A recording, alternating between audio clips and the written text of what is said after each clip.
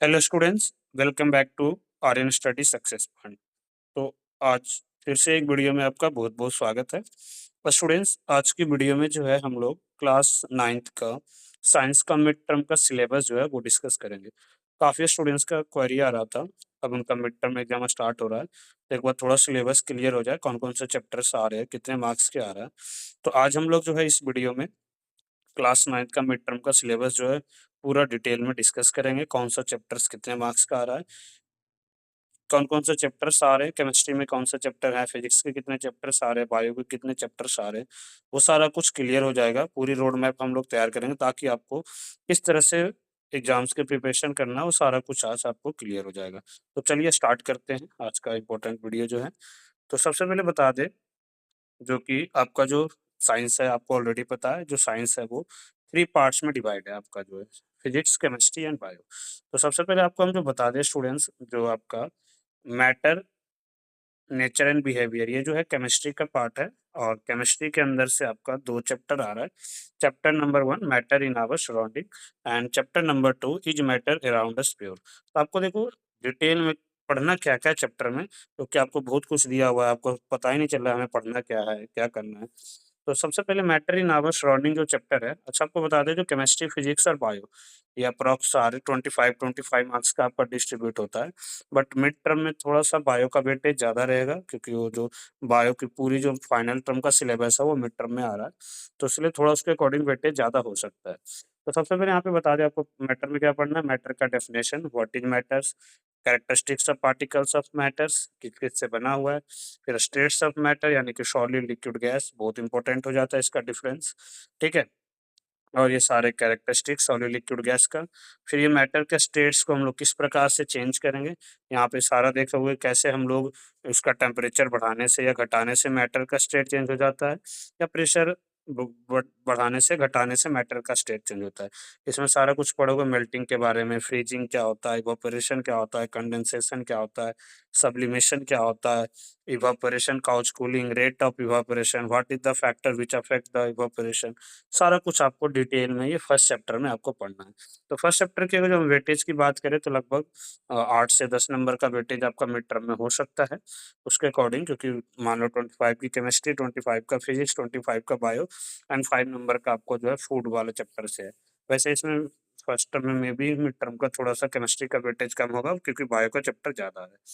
अगर जो हम बात करें अब नेक्स्ट जो है आपकी सेकंड चैप्टर का, is matter around us pure, जो हमारे आसपास के पदार्थ हैं वो शुद्ध है या नहीं। तो इसमें आपको पढ़ना क्या-क्या है। तो सबसे पहले तो आपको एलिमेंट क्या होता है, सबसे पहले मैटर को 2 भागों में हम लोग बाँट रखे हैं, प्योर और इम्प्योर। तो प्योर जो होता है मैटर, उसमें एलिमेंट्स, ठीक है? एलिमेंट्स और कंपाउंड हो गया। फिर एलिमेंट्स के टाइप्स में आपको पढ़ना है मेटल, नॉन मेटल और मेटोलाइट्स। फिर कंपाउंड और उसके कैरेक्टरिस्टिक्स बहुत इंपॉर्टेंट हो जाता है, कंपाउंड और मिक्सचर्स के बीच का difference. What is the difference between compounds and mixture, ये बहुत इंपॉर्टेंट हो जाता है। देखो इस चैप्टर से ना डिफरेंस बहुत इंपॉर्टेंट है, चाहे वो हेट्रोजीनियस होमोजीनियस मिक्सचर का हो, कंपाउंड या मिक्सचर का हो, या फिर कोलाइडल और सस्पेंशन का हो। तो ये सारा कुछ आपको डिटेल में पढ़ना है। उसके बाद मोस्ट इंपॉर्टेंट चीज फिजिकल और केमिकल चेंज से 1 मार्क्स का क्वेश्चन आ जाता है। 1 मार्क्स में 2-3 क्वेश्चन दे देंगे, कि कुछ सब्सटेंस दे देगा, बताओ ये फिजिकल चेंज है या केमिकल चेंज है, इसके बेसिस पे। तो ये सारा आपको जो मेन टॉपिक है, इससे आप इसके बारे में डिटेल में पढ़ के जाओ, आपको चैप्टर जो है अच्छे से क्लियर होगा और आप एग्जाम में जो है बेटर स्कोर कर सकते हैं। तो आई होप कि केमिस्ट्री का जो सिलेबस है वो आपको क्लियर हो गया होगा। केमिस्ट्री में आपको बता दें कितने हैं, आज स्टार्टिंग का 2 चैप्टर है, फर्स्ट और सेकंड। उसके बाद जो हम लोग नेक्स्ट बढ़ते हैं स्टूडेंट्स, तो वो है आपका बायो का सिलेबस। ओके, तो बायो में जो है आपको पता है, बायो के अंदर 2 ही चैप्टर है 9th क्लास के सिलेबस में, जो कि दोनों अपने आप में काफ़ी लेंथी है, लेकिन एक मिड टर्म में जो है आपको दोनों चैप्टर दे रखा है। कुछ स्कूल में टिश्यू हाफ देता है, प्लांट टिश्यू और एनिमल टिश्यू बाद में, कुछ स्कूल्स में जो है उसमें क्या है, टिश्यू भी जो है पूरा दे रखा है। तो सबसे पहले सेल के बेसिक यूनिट ऑफ लाइफ क्यों कहा जाता है, इसके बारे में पढ़ोगे। और इससे मैक्स बेसिक क्वेश्चन आ जाता है, सेल का डिस्कवरी कौन किया था, न्यूक्लियस का डिस्कवरी कौन किया हुआ है, कब हुआ है, लिविंग सेल का डेट आविष्कार कब किए थे, ये सारा कुछ आता है। और इस चैप्टर में डिफरेंस बहुत इंपॉर्टेंट है। सबसे पहले सेल के टाइप्स में, जैसे कि प्लांट सेल और एनिमल सेल, इसका डिफरेंस आपके लिए काफ़ी ज़्यादा इंपॉर्टेंट हो जाता है। इसी प्रकार से प्रोकैरियोटिक और यूकैरियोटिक सेल के बीच में डिफरेंस, मल्टीसेलुलर यूनिसेलुलर के बीच में डिफरेंस, ठीक है। फिर आगे जब आप पढ़ोगे सेल के पार्ट्स, पार्ट्स ऑफ सेल में क्या है, सेल मेम्ब्रेन हो गया जिसे सेल और सेल वॉल, फिर उसके बाद और क्या पढ़ोगे आप लोग, न्यूक्लियस और साइटोप्लाज्म के बारे में। फिर उसी के आगे जाओगे तो पढ़ना है आपको सेल ऑर्गेनेल्स, जैसे कि सेल ऑर्गेनेल्स के अंदर आपको जो है सबसे पहले ईआर एंडोप्लाज्मिक रेक्टिकुलम, फिर इसके टाइप्स डिफरेंस काफ़ी इंपॉर्टेंट हो जाता है। उसके बाद गोल्गी एपरेटस, उसके बाद राइबोसोम, लाइसोसोम, माइटोकॉन्ड्रिया, क्लोरोप्लास्ट, ये सारा कुछ आपको टॉपिक वाइज डिटेल में पढ़ना है। इसमें और भी कुछ डिफरेंस है, आइसोटोनिक, हाइपरटोनिक सॉल्यूशंस, जो गैस का एक्सचेंज किस प्रकार से सेल के अंदर होता है, या कोई भी सब्सटेंस है सेल के अंदर कैसे जाता है, कैसे बाहर आता है, ये सारा कुछ आपको फिर पढ़ना है सेल चैप्टर में, जो कि काफ़ी ज़्यादा ये इंपॉर्टेंट चैप्टर है। और इसका single wise chapter wise weightage देखें तो कम से कम 12 से 10 से 12 मार्क्स का वेटेज इस सिंगल चैप्टर का है, जो कि टिश्यू चैप्टर से थोड़ा काफ़ी ईज़ी है ये चैप्टर, और वेटेज के अकॉर्डिंग भी ठीक है। तो आपको इस पे बायो पे थोड़ा-सा ज़्यादा आपको फ़ोकस करना होगा, रिमेंबरिंग पावर आपको प्रॉपर वो करना होगा। उसके बाद जो है चैप्टर 6 जो है टिश्यू, बायो का सेकंड चैप्टर, जिसमें आपको पढ़ना है डिटेल में structural and functional of animal and plant tissue के बारे में। सबसे पहले टिश्यू होता क्या है, फिर types of tissue, plant tissue, animal tissue, फिर प्लांट टिश्यू के टाइप्स पढ़ोगे आप लोग, जिसमें मुख्य रूप से मेरिस्टेमेटिक टिश्यू हो गया और परमानेंट टिश्यू हो गया। फिर मेरिस्टेमेटिक के 3 टाइप्स पढ़ोगे आप लोग, लैटरल मेरिस्टेम, इंटरकैली मेरिस्टेम, ठीक है? इसकी तरह से फिर परमानेंट के टाइप्स पढ़ोगे आप लोग, ठीक है? सिंपल परमानेंट टिश्यू, कॉम्प्लेक्स, फिर सिंपल परमानेंट के 3 टाइप्स, कॉम्प्लेक्स के 2 टाइप्स। तो इस तरह से थोड़ा-सा चैप्टर लेंथी हो जाता है, ठीक है? इसी प्रकार से एनिमल टिश्यू में बहुत सारे टाइप्स हैं, लेकिन आपको मेन 4 टाइप्स पढ़ना है एनिमल टिश्यू का, ठीक है? और ये तो बाकी डिटेल बताया गया ही है। फिर इसके टाइप्स के टाइप्स है। तो थोड़ा-सा चैप्टर ये लेंथी है और समझने की है। तो आई होप कि जब अच्छे से आप करोगे तो समझ में भी आएगा, चैप्टर काफ़ी ज़्यादा इम्पोर्टेंट है, और आई होप कि आपको सारा कुछ अच्छे से क्लियर होगा। ओके, तो ये बायो का सिलेबस था। तो बायो में आपको पता चल गया है 5 और 6 चैप्टर है। केमिस्ट्री में पता चल गया चैप्टर 5 और सॉरी चैप्टर 1 और 2 है, और बायो की चैप्टर वाइज़ अगर जो बेटे 2 चैप्टर है, लेकिन 25 से 26 नंबर का आने का चांस है इसी 2 चैप्टर में से। आई होप कि इसे आप अच्छे से करोगे, और हम भी आपके साथ-साथ करा ही रहे हैं, तो आपको भी काफ़ी ज़्यादा अच्छा अपॉर्च्युनिटी है। आप बस अपने हिसाब से मेहनत कीजिए। अब हम लोग आते हैं फिज़िक्स। तो फिज़िक्स में इस साल आपका 2 ही चैप्टर है, वैसे मैक्सिमम ज़्यादातर 3 चैप्टर है। कुछ-कुछ स्कूल में 3 चैप्टर भी आ रहा है, ग्रेविटेशन भी, बट मैक्सिमम स्कूल में 2 चैप्टर है, motion and force and law of motion. तो इसमें से देखो क्या है कि फिज़िक्स में 2 पार्ट में न्यूमेरिकल हो गया और थ्योरी। तो आप थ्योरी थोड़ा अच्छे से करो और बाकी न्यूमेरिकल करो, तो 50% न्यूमेरिकल, ज़्यादातर 50 से 60% थ्योरी आता है। 30 से 40% जो मार्क्स होगा डिस्ट्रीब्यूशन, वो कम न्यूमेरिकल बेस होता है। उसमें फ़ॉर्मूला आपको लर्न है, तो आप लोग अच्छे से कर सकते हो। फ़ॉर्मूला लर्न है, वैल्यू पुट करना है, आंसर आ जाएगा। ठीक है? अभी हम अलग से पूरी फिज़िक्स की डिटेल में आपको वीडियो आपके लिए लेके आएँगे। अभी तो मोशन चैप्टर ऑलरेडी हम लोग करा रहे हैं और खत्म हो भी होने वाला है, और पूरे जो है फिज़िक्स के जो इम्पोर्टेंस फ़ॉर्मूला है, उस सब का एक वीडियो में हम लोग आपको करा देंगे ताकि वो चीज़ आसान हो।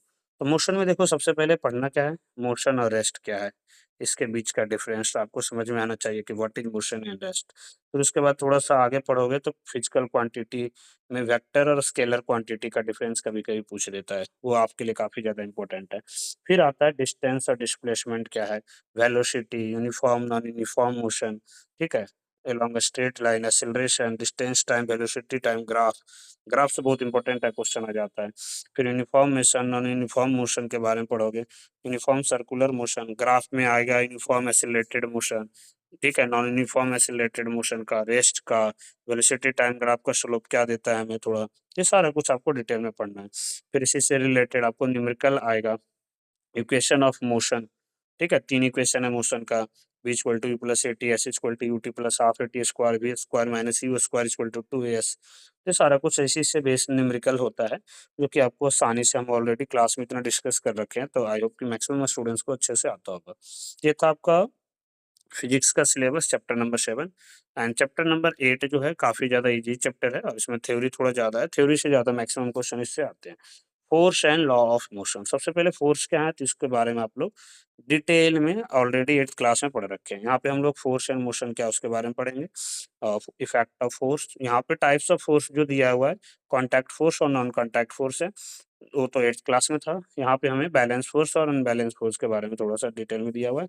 रिजल्टेंट फ़ोर्स क्या होता है, किसी ऑब्जेक्ट के ऊपर कितना बल लग रहा है, ये सारा कुछ पढ़ना है। मोस्ट इम्पोर्टेंट जो स्टार्ट होता है chapter, Newton law of motion, जिसे हम लॉ ऑफ मोशन कहते हैं। सबसे बड़ी इम्पोर्टेंट चीज़ आपको ये दोनों में ध्यान रखना है, क्वेश्चन में ध्यान से पढ़ना है कि लॉ ऑफ मोशन पूछा है, law of equation, equation of motion पूछा है। ठीक है, लॉ ऑफ मोशन में 3 लॉ है, न्यूटन फर्स्ट लॉ, जिसे लॉ ऑफ इनर्शिया कहते हैं, Newton second law, Newton third law. ठीक है, इसका ज्यादातर एप्लीकेशन इससे क्वेश्चंस पूछता है कि ऐसा क्यों हो रहा है। जैसे बस चल रहा तो हम आगे की ओर क्यों जर्क करते हैं, बस गाड़ी चल रहा है, अचानक ब्रेक लगाया तो हम पीछे की ओर क्यों जर्क करते हैं।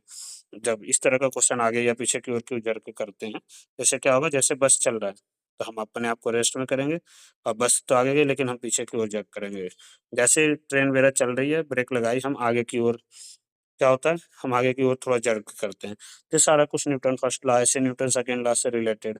इनर्शिया, इसमें मोस्ट इंपॉर्टेंट आ जाता है फोर्स का डेरिवेशन, कि जो फोर्स है उसका डेरिवेशन कैसा है, फॉर्मूला फोर्स कभी कभी 2 नंबर 3 नंबर में डिराइव करने में पूछ लेता है, जो कि अपने आप में बहुत ज्यादा इंपॉर्टेंट है। इस तरह से आपका फिजिक्स केमिस्ट्री बायो में दो दो चैप्टर है, जो कि आपको आई होप समझ में आएगा। और एक क्या है कि 9th और 10th में ना एक इन्वायरमेंट से चैप्टर होता है। इस बार इन्वायरमेंट की जगह पे ये है फूड प्रोडक्शन से एक चैप्टर है जो आपका, जो कि आप 8th क्लास में अच्छे से पढ़ रखे हैं। तो यूनिट नंबर 4 जो है वो फूड प्रोडक्शन, यानी कि chapter number 12 improvement in food resources, जो हमें भोजन जहाँ से मिलता है स्रोत का, उसको हम किस तरह से इम्प्रूवमेंट कर सकते हैं। इसमें आपको सी फूड से लेकर के, जैसे प्लांट्स और एनिमल ब्रीडिंग कैसे होगा, selection of quality of improvement and management, किस तरह से हम सीड को या अच्छे फसल को कैसे यूज कर सकते हैं, कैसे सेलेक्ट करेंगे, use of fertilisers and manuals, protection of weeds and disease, organic farming क्या है, ये सब के बारे में आपको डिटेल, फूड, अलग अलग सोर्स ऑफ फूड जो हमें कहाँ से मिलता है, सी फूड के से रिलेटेड। ठीक है, फिर यहाँ पे थोड़ी सी एग्रीकल्चर जो आप लोग 8th क्लास में पढ़े होंगे वहाँ से, कैसे हम लोग उसमें पूरा प्रोडक्शन और मैनेजमेंट कैसे करते हैं, ये सारा कुछ आपको पढ़ना है। इस चैप्टर का वेटेज लगभग 5 से 6 मार्क्स का होता है, जो कि अपने आप में काफ़ी ज़्यादा इंपॉर्टेंट है और पूरा थ्योरी चैप्टर है। तो आई होप कि आपको क्लास 9th की जो साइंस की सिलेबस थी, वो अच्छे से क्लियर हो गया होगा। एक बार हम रिकैप कर देते हैं स्टार्टिंग में, एक साथ देखो एक चार्ट बना रखे हैं डिटेल में। तो एक बार हम डिटेल में आपको बता दें साइंस की शॉर्ट में मिड टर्म के सिलेबस क्लास 9th की क्या है। तो फिजिक्स के अंदर आपका 2 चैप्टर है, चैप्टर 7 और 8, जो कि चैप्टर 7 मोशन है और चैप्टर 8 जो है force and law of motion है, जो कि दोनों चैप्टर का मिलाकर लगभग आपका वेटेज 20 से 25, यानी कि अप्रॉक्सीमेट 25 मार्क्स का, उससे या कम भी हो सकता है, ज़्यादा भी। फिर इसी तरह से केमिस्ट्री का 2 चैप्टर है, chapter 1 matter in our surrounding, chapter 2 is matter around us pure, जो कि इसका वेटेज लगभग 20 से 25 मार्क्स का। क्यों? क्योंकि अगर जो बायो में देखे 30 नंबर हो जाएगा, तो ये 20 मार्क्स का आपका हो जाएगा, क्योंकि बायो के अंदर 2 चैप्टर है, fundamental unit of life 5 chapter, और चैप्टर नंबर 6 टिश्यू। तो फिजिक्स केमिस्ट्री बायो से दो दो चैप्टर आ रहा है आपका, आई होप समझ में आ रहा होगा। और उसके अलावा जो है आपका, उसके अलावा जो है आपका चैप्टर नंबर 12 जो है इम्प्रूवमेंट इन फूड रिसोर्सेस, ये आ रहा है। तो आई होप कि आपको जो सिलेबस है साइंस का अच्छे से क्लियर हो गया होगा। तो अगर आपको ये वीडियो अच्छा लगा हो तो लाइक करें, शेयर और सब्सक्राइब जरूर करें, और अपने दोस्तों के साथ शेयर करें ताकि उन्हें भी एग्जाम में किसी प्रकार का कोई प्रॉब्लम नहीं हो। Let's keep learning together. Thank you so much for watching. See next time. Thank you so much.